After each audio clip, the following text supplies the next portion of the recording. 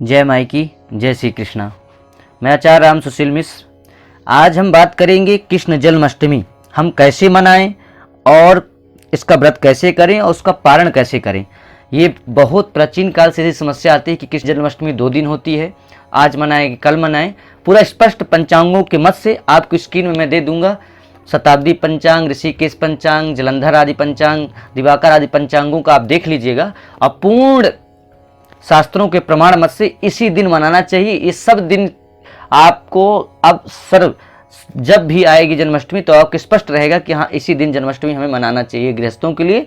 तो ये प्रामाणिक चीज आज हम जानेंगे।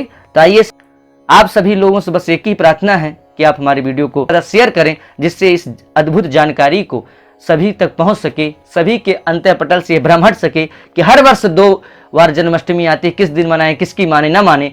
तो ये प्रश्न आपके इस वीडियो को शुरू से अंत तक सुनेंगे तो पूरा स्पष्ट हो जाएगा। भगवान श्री कृष्ण के चरणों में प्रणाम करते हुए अपनी वाणी को प्रारंभ करते हैं।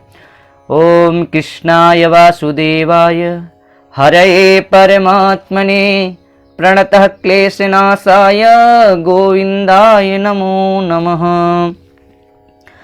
कृष्ण जन्माष्टमी कब और कैसे मनाएं और व्रत का पारण कब करें, इन बातों पर हर साल सवाल उठते हैं। उलझन ना हो तो भी प्रायः उलझन पैदा कर दिया जाता है। अतः इस विषय में संक्षेप में यह कुछ स्पष्ट करने का प्रयास कर रहा हूं। प्रायः पंचांगों में भी काफी कुछ बातें लिखी हुई मिल जाती हैं। आवश्यकता है ऋषि वाक्यों पर विवेक पूर्वक विचार करते हुए सामान्य जन को जानकारी देना, न कि उलझने पैदा कर देना। सर्वविदित है कि श्री कृष्ण भगवान का जन्म भाद्र मास के कृष्ण पक्ष अष्टमी तिथि को आधी रात को हुआ था एकदम। इस समय को निशीथ काल भी कहते हैं। योग शास्त्रों के अनुसार इसे तुरी काल कहा जाता है। द्वापर युग में श्री कृष्ण के जन्म के समय भाद्र कृष्ण अष्टमी तिथि चंद्र विचार से रोहिणी नक्षत्र उदित हो रहा था। दिन बुधवार था। ऐसे में निश्चित है कि इन्हीं शुभ योगों में उनका जन्मोत्सव मनाना चाहिए। अब हमारा प्रश्न यह होता है कि मास, पक्ष, तिथि, नक्षत्र, दिन और निश्चित काल, इन पांचों में हम किसे अधिक महत्व दें। चूंकि यह निश्चित है कि सबका संयोग सब कालों में कदापि नहीं मिल सकता। कलिकाल के प्रभाव से सभी मुहूर्त और योग प्रायः शनै शनै लुप्त होते जा रहे हैं। संयोग जुट जाएं तो समझिए कि ईश्वर की, भगवान की बड़ी कृपा हम पर हो रही है। सम्यक मुहूर्त, काल आदि के अभाव में ये विचार का विषय हो जाता है कि क्या किया जाए। अपना विचार देने से पहले मैं समझता हूं कि इस संबंध में ऋषि मत क्या कह रहे हैं उसमें एक दृष्टि डाल लेते हैं। अष्टमी कृष्ण पक्षस्य रोहिणी समन्विता भवेत् प्रौष्ठपदे मासी जयंती नाम सा स्मृता। रोहिण्यामर्धरात्रे तु सदा कृष्णाष्टमी भवेत् तस्याम अभ्यर्चनम शौर्ये हन्ति पापम त्रिजन्म। समायोगे तु रोहिण्याम निशीथे राजसत्तमम समजायत गोविंदो बालरूपी चतुर्भुजः। अष्टमी रोहिणी युक्ता निश्चर्धे यदि दृश्यते मुख्य काल इति ख्यातस्त्रात् जातो हरि स्वयं। रोहिणीया च कृष्णपक्षेष्टम्यां द्विजोत्तम जयंती नाम सा प्रोक्ता सर्वपापहरा तिथि। अब यह स्पष्ट है कि बुधवार का दिन इन किसी श्लोकों में पांचों में कहीं भी इसका वर्णन नहीं मिलता, नहीं किया गया, किंतु तिथि, नक्षत्र, काल पर बल दिया जा रहा है। ध्यान देने की बात है, एकादशी का व्रत की तरह यहां भी गत तिथि मतलब दशमी वेद की बात यहां बिल्कुल नहीं की जा रही है। गत और आगत की संधि तो कहीं नहीं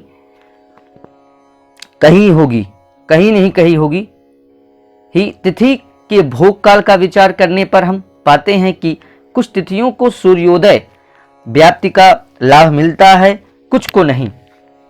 कुछ विद्वानों का मत है कि जिस तिथि को सूर्योदय का बल नहीं मिलता वह बलहीन है, किंतु सभी जगह ये बात मान्य नहीं है।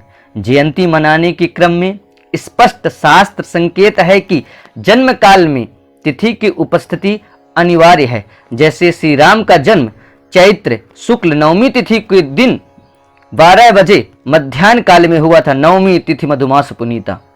अतः रामनवमी का जन्मोत्सव उसी दिन मनाएंगे जिस दिन मध्याह्न में नवमी तिथि उपलब्ध होगी। ठीक उसी बात कृष्ण का जन्मोत्सव अष्टमी को उसी दिन मनाएंगे जिस दिन पर्याप्त अष्टमी तिथि हो, यानी आधी रात को अष्टमी तिथि की उपस्थिति महत्वपूर्ण है।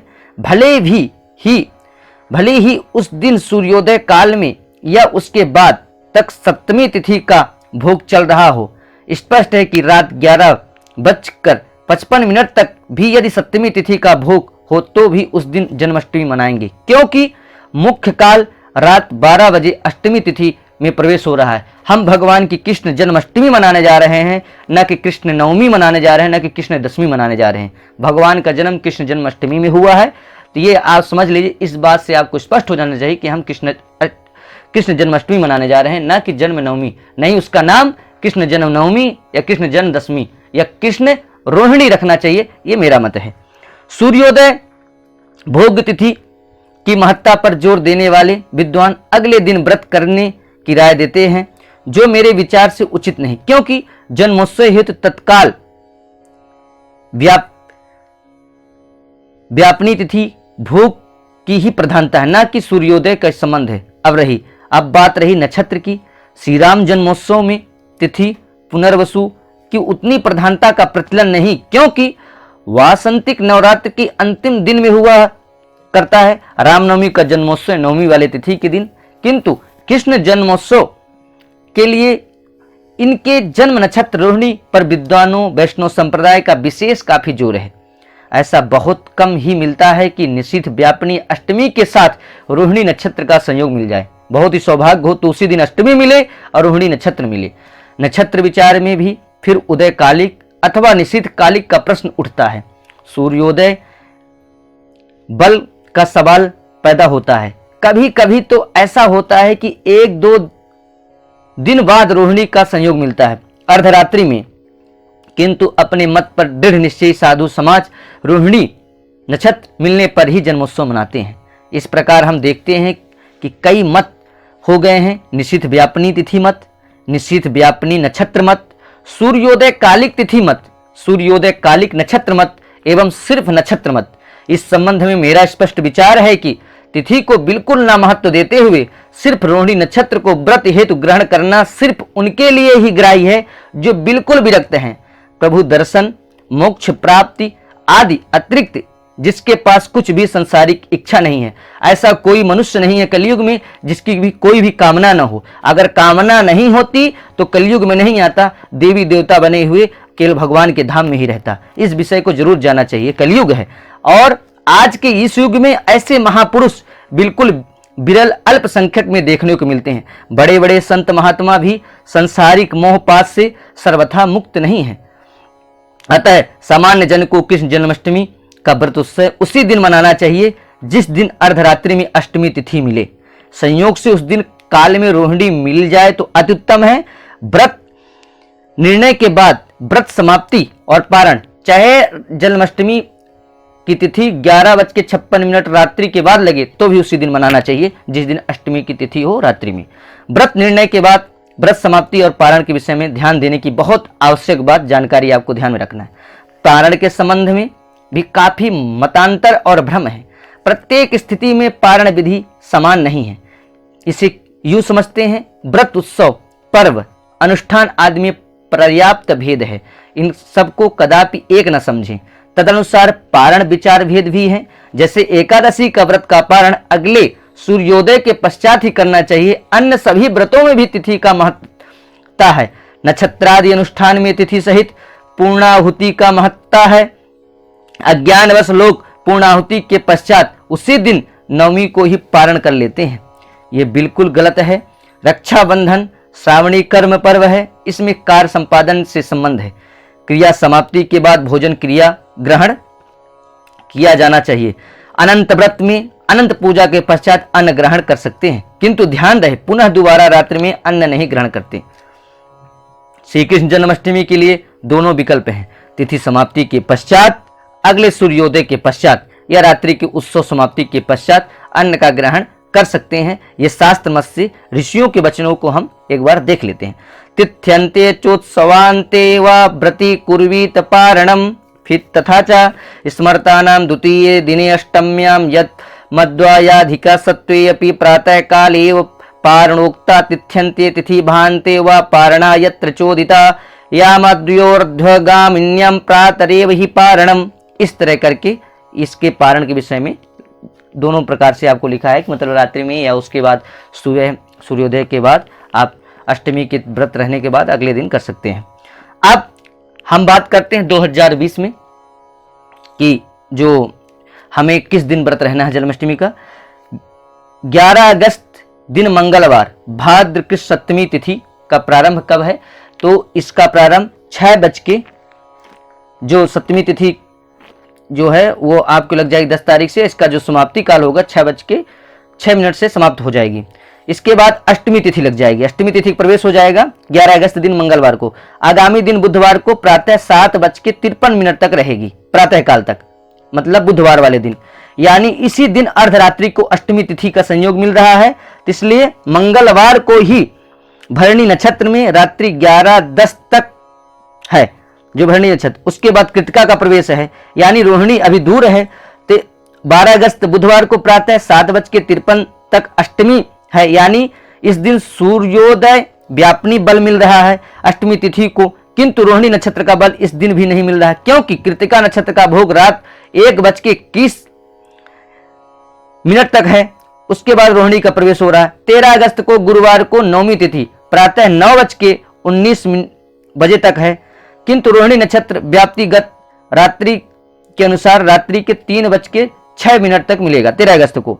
स्पष्ट है कि निशीथ व्यापनी अष्टमी मतावलंबियों को मंगलवार मतलब 11 अगस्त को ही प्रशस्त सबसे अच्छा माना जा रहा है। इससे स्पष्ट हो गया कि आपको जन्माष्टमी का जो जन्माष्टमी हम मनाते हैं अष्टमी तिथि 11 को ही मिलेगी। 11 अगस्त दिन मंगलवार को ही हम लोग मनाएं, यही सबसे लिए प्रशस्त और सबसे हम लोगों के लिए लाभदायक है। इसी दिन रखना चाहिए। सामान्य जन को बिना किसी तर्क वितर्क के इसी को ग्रहण करना चाहिए और व्रत रहना चाहिए। प्रातः काल 7:53 के बाद आप पारण करना चाहिए।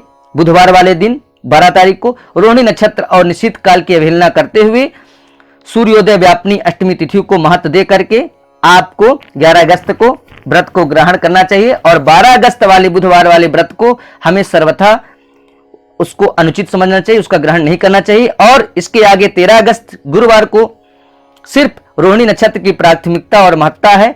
इस विषय में ऊपर स्पष्ट हमने बता चुके हैं, आपको स्पष्ट हो गया होगा कि वो विरक्त लोगों के लिए मान्य हो सकता है, पर गृहस्थ संसारिक लोगों के लिए नहीं है। तो इसलिए हम मानते हैं जो जैसे अपने शुभ और शुभाशुभ के लिए भोग हेतु अपनी कामना करता है, उसके लिए चिंता और हमें चिंता और दुख सोचने की बात नहीं है। जो जैसा कर रहा करे। हम लोग 11 अगस्त दिन मंगलवार को हम लोग सब लोग भगवान कृष्ण भगवान श्री कृष्ण का जन्माष्टमी का व्रत करेंगे।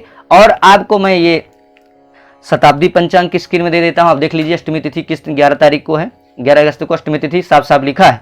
और ये शताब्दी पंचांग जो 100 साल आगे 100 साल पीछे होता है, ये ऋषिकेश पंचांग है, देखिए 11 तारीख को है। ये जलंधर का पंचांग है, ये स्वयं मेरे पास है, ये मैं आपको एक ये दे रहा हूं। क्यों पंचांग छपते हैं? हमारे यहाँ जो हिंदू सनातन की परंपरा है वो ऋषियों की परंपरा है और पंचांगों से चलता है। हमारे यहाँ कैलेंडर से तो चलता नहीं, तो पंचांग है। इतने पंचांग इतने बड़े बड़े विद्वान लोग छापते हैं और इतने आप आज से 100 साल पहले छप जाते हैं, तो इसमें सुधार करने की जरूरत थी। अगर कोई ऐसी बात होती, ऐसा नहीं किया करके सनातन में और जो लोग हिंदू सनातन व्रत करते हैं उनके अंदर सनातनियों के ऊपर ऐसा किसी प्रकार का भ्रम हो, तो ये आपके अंदर ये भ्रम स्पष्ट हो गया होगा। इसलिए आप सभी को जन्माष्टमी महापर्व की बहुत बहुत शुभकामनाएं। और आपके कुछ विचार हैं तो आप कमेंट बॉक्स में, कुछ प्रश्न हैं तो आप पूछ सकते हैं और जरूर हम आपको बताएंगे। और अधिक से अधिक इस वीडियो को शेयर करें जिससे ये बातें सभी तक पहुंच सकें, सभी के अंतःपटल से ये भ्रम हट सके। इस तरह करते हुए अपने वाणी को हम विराम करते हैं। जय माई की, जय श्री कृष्णा।